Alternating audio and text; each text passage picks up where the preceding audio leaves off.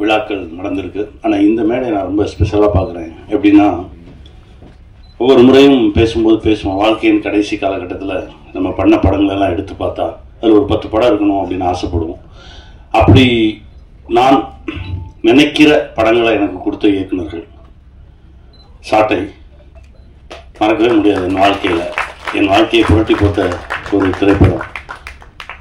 கதையை சொல்லிட்டு போயிட்டாரு, போராளி கிளைமேக்ஸ் ஷூட் பண்ணிக்கிட்டு இருக்கேன், ஆனால் விட மாட்டேங்குது, உடனடியாக போயிடுவோம் ஷூட்டிங் அப்படின்னு போய் எடுத்தோம் சாட்டை. அதில் தான் எனக்கு எங்கள் அண்ணன் தம்பிராம அண்ணன் எனக்கு கிடைச்சாரு. ரொம்ப அருகாமையிலேருந்து பார்க்குறதுக்கு வாய்ப்பு கிடைச்சது. ஒரு படைப்பு தான் நிறைய நல்ல மனுஷங்களை நமக்கு கிடைச்சிருக்குன்னு சொல்லுவாங்க. தம்பிராம அண்ணன் எனக்கு அதில் கிடைச்சாரு.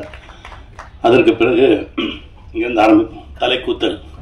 என் வாழ்க்கையில் மறக்க முடியாத ஒரு படைப்பு. தலைக்கூத்தலை எடுத்து பார்த்தா எத்தனை தலைமுறை ஆனாலும் அந்த படத்தை பார்த்துக்கிட்டே இருக்கலாம். ஜேபி ரொம்ப சந்தோஷம், நன்றி.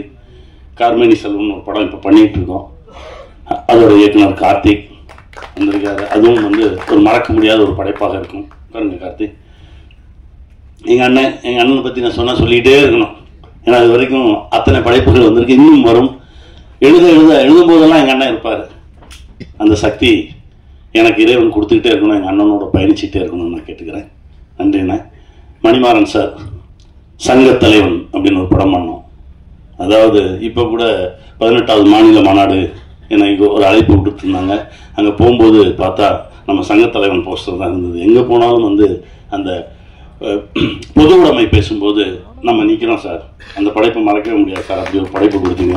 எங்கள் அண்ணன் சுப்பிரமணிய சிவா வெள்ளையானைன்னு ஒரு படைப்பு பண்ணார்.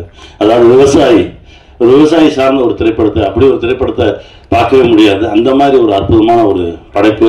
சிவானா ரொம்ப நன்றி. இப்போ எனக்கு கிடைத்தது மாணிக்கம்னு ஒரு திரைப்படம். என் நண்பன் நந்தா பெரியசாமி அற்புதமான ஒரு படைப்பு கொடுத்தாரு. காலத்துக்கும் நின்று நம்மளோட பேசக்கூடிய ஒரு திரைப்படம். தம்பி பிராங்க்லின் ரைட்டர் அப்படின்னு ஒரு திரைப்படம். இதுக்கு மேலே போலீஸ் வேடம் பண்ணணுமா அப்படின்னு நிறைய கேள்விகளை எனக்குள்ள கொண்டு வந்து கொடுத்த ஒரு திரைப்படம். தம்பி ரொம்ப நன்றி, உங்களுடைய அன்புக்கு நன்றி. இவங்கெல்லாம் அங்கே இருக்கும்போது நான் இங்கே நிற்கிறது ரொம்ப சந்தோஷமாக இருக்கு. இவங்க எல்லாரும் ஆக்ஷன் சொல்லி நடிச்சிருக்கேன், ரொம்ப சந்தோஷமாக இருக்கு. இறைவனுக்கு நன்றி. உங்கள் மேடம் வாங்க, சில்வா மாஸ்டர், என் தம்பி, என் நண்பன், எப்படி வேணாலும் சொல்லலாம். அப்படி பாரு, அதுலேயே பாரு, சித்திரை செவ்வானம்னு ஒரு திரைப்படம். அதாவது தம்பியோட முதல் படைப்பு. ஃபைட் மாஸ்டர் கதை சொல்லாருன்னு ஏதோ பறக்கிற மாதிரி ஒரு கதை சொல்லுவார் அப்படின்னு பார்த்தா அப்படி ஒரு அப்பாவுக்கும் பொண்ணுக்குமான பாசமான கதையை கொடுத்தாரு. காலத்துக்கும் நம்ம கதை என்னை தாங்கி பிடிக்கக்கூடிய ஒரு படைப்பாக இருக்கும்னு நம்புகிறேன். இறைவனுக்கு நன்றி. சில்வா ரொம்ப நன்றி சில்வா, தேங்க்யூ. இவன் சார்கேஷ், இவன் கௌஷிக், 3 பேர் எனக்கு 3 பிள்ளைங்க. 2000 ஸ்மால் ஸ்க்ரீன் பண்ணும்போது அங்கேருந்து பயணிச்சுக்கிட்டு இருக்கோம். இப்போ புதுசாக ஒரு பிள்ளை கிடச்சிருக்கான். ரொம்ப சந்தோஷமாக இருக்கு உங்களோட பார்ப்பது. அப்புறம் நடிகர்கள் அவன் இப்போ ஒரு பிள்ளையா இருக்கான், தன்ராஜ், அவன் ஒரு தம்பி, அப்புறம் அம்மா மோக்ஷா. தேங்க்யூ. எல்லா படத்தையும் பார்க்கலாம்ல, ரொம்ப சந்தோஷமா இருக்கு, ரொம்ப மகிழ்ச்சி, ரொம்ப சந்தோஷமா இருக்கு. என் சொந்தங்களுக்கு நன்றி. தம்பி பிருத்திவி, அதாவது அவன் தம்பி தான், தம்பியாகவே ஆயிட்டான். அவனுடைய நம்பிக்கைக்கும் அவனுடைய உழைப்புக்கும் கண்டிப்பாக இந்த சினிமா அவனை கைவிடாது.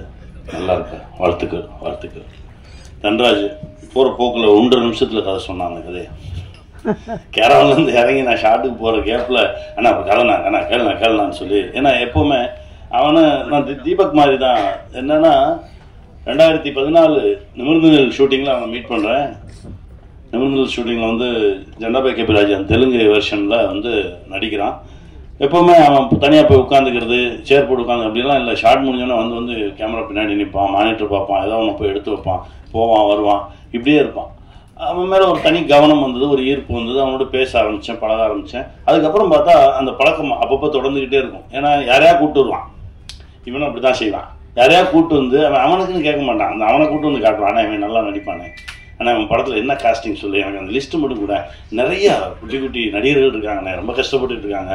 நான் அந்த லிஸ்ட்டெல்லாம் தரேன், நீ யூஸ் பண்ணுண்ணா அப்படின்னு சொல்லி கொண்டு வந்து ஒரு வாட்டி கொடுத்தான். அப்புறம் திடீர்னு அந்த அண்ணா ஒரு கதை கேட்டேன், நல்ல கதை, நீ நடித்தா நல்லாயிருக்கும். அந்த டைரக்டரை கூப்பிட்டு வந்தான். விமானம்னு ஒரு படம், அந்த மாதிரி படம்லாம் கிடைக்கவே கிடைக்காது. அந்த விமானம் கூப்பிட்டு வந்து கேட்க வச்சது அவன் தான். அந்த கதையை கேட்டோம், பிடிச்சிருந்தது, வாடா பண்ணுவோம் அப்படின்னு. அந்த விமானம் ஷூட்டிங்கில் தான் இந்த கதையை, அந்த விமானம் டைரக்டரோட கதை தான் இது, சிவாவோட கதை தான் இது. அந்த ரெண்டாவது கதையை உங்களுக்கு ரொம்ப ஒரு மாதிரி இதுக்கு அடுத்து இந்த கதை பண்ண போகிறோம் அப்படின்னோடனே இந்த கதையை எனக்கு கூட நான் டைரக்ட் பண்ணுறேன் அப்படின்னு சொல்லி வாங்கிட்டு, அப்பா யார் பண்ணுறது அப்படின்னு ஒரு குழப்பம் இருக்கும்போது தான் ஒரு நாள் நான் ஷார்ட்டில் இருந்தேன் வந்தேன். அண்ணா ஒரு கதை சொல்கிறேன் கேள அப்படின்னா, டேய் இங்கேருந்து அங்கே வரைக்கும் போகிறதுக்குள்ளே தான் டைம் இருக்குது, இல்லை அதுக்குள்ளே சொல்லிடுறேன். நான் இறங்கி அங்கேருந்து அப்படி நடந்து வர்ற அந்த ஒரு 1 நிமிஷம் 1.5 நிமிஷம் கேப்பில், அது ஒரு பெரிய ஷார்ட்ன்றதுனால கொஞ்சம் தூரமாக நிறுத்தியிருந்தாங்க, நடந்து வர அந்த கேப்பில் தான் சொன்னான். சொல்லி முடிச்சோன்னு என்ன யார் அப்பா பண்ணுறான், இல்லைண்ணா அதுதான் தேடிக்கிட்டு இருக்கோம், அதனால தான் உங்ககிட்ட சொன்னேன். சரி பண்ணிடுவோம் போடா அப்படின்னேன். அண்ணே நம்ம பண்ணுறோம்டா போடா பண்ணிடுவோம், அவ்வளோதானே, நல்லா இருக்குது, நீ சொல்ல ஒரு விஷயம் ரொம்ப நல்லா இருக்குது, இந்த சமூகத்துக்கு ரொம்ப தேவையான விஷயம். இங்கே தமிழ்நாட்டில் கூட நீ சொல்ல வந்த விஷயத்தில் ஒரு 10-15 கேசஸ் இருக்குது. அந்த கேசஸ் எல்லாமே குடும்பங்களை புரட்டி போட்ட கேசஸ், அதை நீ கையில் எடுத்திருக்க அப்படின்னோடனே எனக்கு புரியல. என்னென்ன சொல்கிறேன், ஆமாம் இது இங்கே நடந்திருக்கு, இங்கே நடந்திருக்கு, இங்கே நடந்திருக்கு, இப்பவும் நடந்துட்டுருக்கு. இதை நீ சொல்கிற வெளியிலேருந்து பார்க்கும்போது ஒரு தந்தை மகனுக்கான ஒரு பாசமாக இருக்கும், ஆனால் நீ உள்ளுக்குள்ளே வச்சுருக்க ரொம்ப ஸ்ட்ராங்கான விஷயம்டா, இதை சொல்லணும். இதை பார்த்து ஒரு மகன் திருந்தினா போதும், ஐயோ நம்ம இந்த மாதிரி ஒரு வேலையை செஞ்சுட்டு இருக்கோமா, அவனுக்கு ஒரு பையன் திருந்திட்டா போதும், இந்த படம் பெரிய வெற்றி. பல பேரை யோசிக்க வைக்கும். நிறைய சூழலில் நிறைய குடும்பங்களில் நம்ம நினச்ச மாதிரி நம்ம பிள்ளை இல்லைன்னு சொல்லி பல அப்பாக்கள் தடுமாறிட்டு இருக்காங்க. அதுக்கு ஒரு சின்னமாக யோசிக்க வைக்கும், ஒரு சின்ன ஒரு விடை கிடைக்கும்னு நம்புகிறோம். அந்த விடை தான் அந்த படத்துக்கான வெற்றின்னு நினைக்கிறோம். தன்ராஜ் வாழ்த்துக்கள், நீ நல்லா வருவடா. ஏன்னா முதல் படம் மாதிரியே பண்ணல, அவனுடைய ஒரு 100 படத்தில் நடித்தா கூட 100 படத்துலையும் இந்த வேலையை தான் பார்த்துருக்கேன். எல்லா டைரக்டர் பின்னாடியும் போய் அங்கங்கே அந்த எல்லாம் இவன் கற்றுக்கிட்ட மொத்தத்தையுமே ரொம்ப அசால்ட்டாக ஹேண்டில் பண்ணான் டைரக்ட் பண்ணும்போது. எனக்கு ரொம்ப பிடிச்சிருந்தது. முதல் 2 நாள் தான் கொஞ்சம் தடுமாறினா. நான் சொன்னேன், எதுக்கு தடுமாறுற, எடு, நீ சொல்கிறது கேட்க தானே வந்திருக்கோம், எடு அப்படின்னு. அதுக்கப்புறம் அசால்ட்டாக அழகா ரொம்ப குழப்பமே இல்லாமல் ஹேண்டில் பண்ணால் நல்ல டைரக்டர் ஆகுது. வாழ்த்துக்கள், இன்னும் நிறைய படைப்புகள் கிடைக்கும், வாழ்த்துக்கள், வாழ்க. அப்புறம் அம்மா நீங்கள் படத்தில் பார்த்தீங்கன்னா தெரியும், ரொம்ப அதாவது நடிக்கிற மாதிரியே தெரியாது, ரொம்ப ரொம்ப இயல்பாக ஒரு ஆர்டிஸ்ட்டு. ரொம்ப நல்லா இருந்தது அவங்க பேசும்போது, நடித்தப்போ. தமிழ் அவங்களே டப்பிங் பேச சொன்னோம், எல்லாம் அவங்க தானே பேசினாங்க. ஆமாம் தெலுங்கு நான் தான் பேசினேன். எனக்கு அது ரொம்ப இயல்பாக இருந்தது. என்னென்னா அந்த உயிர் கொடுக்குறது சம்மந்தப்பட்டவங்க பேசினாதான் அது நல்லா இருக்கும்னு நினைக்கிறேன் நான். அதனால் தெலுங்குலேயும் கொஞ்சம் டைம் எடுத்து நானே பேசுகிறேன்னு சொல்லி உட்காந்து பேசணும். நல்லா வந்திருக்கு. அம்மா ஒரு நல்ல வரவாக இருக்கும் தமிழ் சினிமாவுக்கு. அம்மா ஒரு பெரிய இடம் கிடைக்கும், வாழ்த்துக்கள். மோக்ஷா ரொம்ப ரொம்ப நல்லா வருவீங்க. உங்களுடைய எனர்ஜி லெவல் ரொம்ப ரொம்ப நிறையா தமிழ் சினிமா உங்களோட கனெக்ட் ஆகும், ரொம்ப நல்லா வருவீங்க. முருகன் சார் சொன்ன மாதிரி அந்த கனெக்ஷன், வாழ்த்துக்கள்.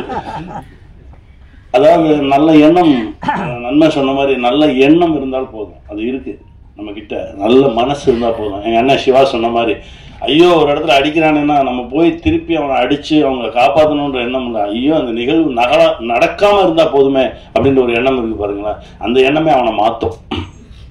அப்படிதான் நான் நினைக்கிறேன். ஏன்னா இப்போ நல்லதே செய்ய வேண்டாம், நல்லது நினைச்சாலே போதும் அப்படின்ற ஒரு இடத்துல தான் நம்ம எல்லாருமே வாழ்ந்துட்டு இருக்கோம். ஆனால் அவ்வளோ வேகம், அவ்வளோ பிஸி. இதுக்கு நடுவில் இப்படி ஒரு நிகழ்வு நடக்கட்டும். ஏன்னா நல்ல படைப்பை ரசிகர்கள் என்றைக்குமே கைவிட்டதில்லை, இருக்கரம் நீட்டி வரவேற்றிருக்காங்க. பணம் பணம் பணம், அந்த பணம் பார்த்தால்தான் அந்த படைப்பு அப்படின்ற மனசு தான். எத்தனை பேர் மனசு இது கொள்ளையடிக்குதுன்றது தான். இதை நோக்கித்தான் நகர்ந்துட்டு இருக்கோம். ஆனால் ஒரு நாள் வரும், அந்த நாள் அன்னைக்கு இந்த மாதிரி படைப்புகள் மட்டும்தான் இங்கே நிலைச்சு நிற்கும். கமர்ஷியல் படங்கள்லாம் தூக்கி அடிக்க போகிறோம். அதை நோக்கி தான் இப்போ நகர்ந்துட்டு இருக்க. ரெண்டுக்கு நடுவில் தான் நம்ம நிற்கிறோம். அந்த நாளுக்காக தான் காத்துட்டு இருக்கோம். அது வரைக்கும் இதே மாதிரி படைப்புகள் வந்துக்கிட்டே தான் இருக்கும், உழைச்சிக்கிட்டே தான் இருக்கும். அது கமர்ஷியலாக காசு என்னைக்கு வருதுன்றதை கொஞ்சம் பார்ப்போம். அது லாக் இதில் கூட விழலாம், அந்த பிணைப்பு இதில் கூட நடக்கலாம். இந்த பிணைப்பில் இந்த படத்தில் நடக்கணும்னா அடுத்த படத்தில் நடக்கும் அப்படின்னு வெயிட் பண்ணி அதற்கான ஓட்டம் தான் இருக்குமே தவிர என்றைக்குமே தடுமாறி தயங்கி எல்லாம் நின்றவே மாட்டோம். அதை போய் வெல்வது வரைக்கும் போராடுவோம். வெற்றி நமக்கு, வெல்வோம். நன்றி, எல்லாருக்கும் நன்றி. பத்திரமா வீட்டுக்கு போங்க, ரொம்ப டயர்டாக இருப்பீங்க.